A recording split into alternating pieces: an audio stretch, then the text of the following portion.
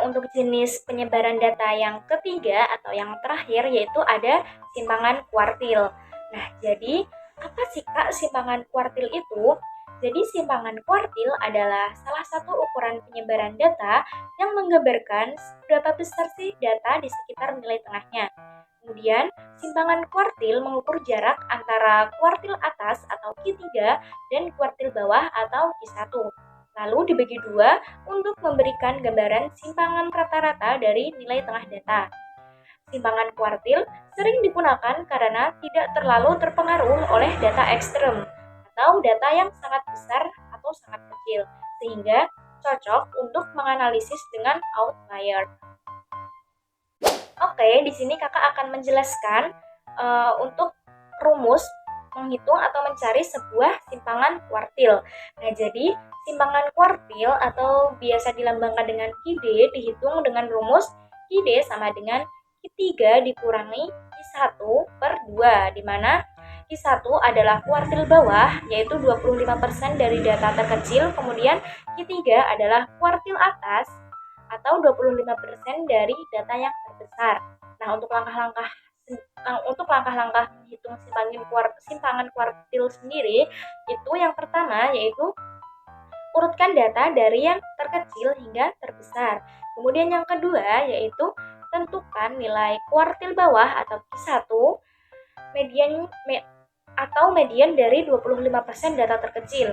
Kemudian yang ketiga yaitu tentukan nilai dari kuartil atas atau Q3 atau biasa disebut dengan median dari 25% data terbesar. Kemudian gunakan rumus pada simpangan kuartil yaitu QD sama dengan Q3 dikurangi Q1 per 2. Nah, supaya kalian lebih memahami materi dari simpangan kuartil ini, di sini kakak mempunyai sebuah contoh. Untuk contohnya yaitu berikut adalah data jumlah buku yang dibaca oleh 12 siswa selama sebulan. Nah, untuk datanya yaitu ada 4, 6, 7, dan seterusnya sampai dengan 35. Kemudian tentukan simpangan kuartilnya. Nah, sama seperti pada contoh jangkauan dan kuartil tadi, yang pertama kita harus mengidentifikasi terlebih dahulu apa sih yang diketahui dalam soal. Nah, jadi dalam soal diketahui bahwa data bukunya yaitu ada 4, 6, 7, dan seterusnya sampai dengan 35. Kemudian yang ditanyakan yaitu tentukan simpangan kuartilnya. Nah, untuk penyelesaiannya sendiri yaitu sama ya langkah-langkahnya seperti yang kakak jelaskan sebelumnya. Yang pertama kita akan mengurutkan datanya terlebih dahulu. Nah, sehingga diperoleh data yang diurutkan yaitu ada 4, 6, 7, dan seterusnya sampai dengan 35. Dan kebetulan dalam soal itu datanya sudah terurut. Kemudian yang untuk langkah yang kedua yaitu kita akan menentukan kuartil bawahnya terlebih dahulu atau Q1. Nah, Q1 ini yaitu data di bawah median atau 6 data pertama karena datanya berjumlah 12.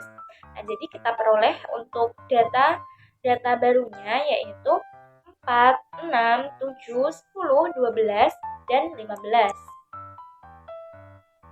Oke, kemudian median dari data yang telah kita sebut yang telah kita buat tadi yaitu mediannya terletak pada data ketiga dan data keempat. Data ketiga nilainya 7 dan data keempat nilainya 10. Nah, jadi kita peroleh Q1-nya yaitu 7 ditambah 10 dibagi 2 sama dengan 8,5.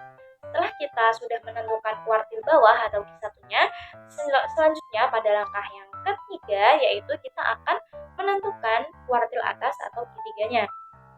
Nah, Q3 yaitu data di atas median, yaitu 6 data terakhir. Sehingga kita peroleh data barunya yaitu ada 18, 20, 22, 25, 30, dan 35. Nah, median dari data baru tersebut terletak pada data ke-9 dan ke-10.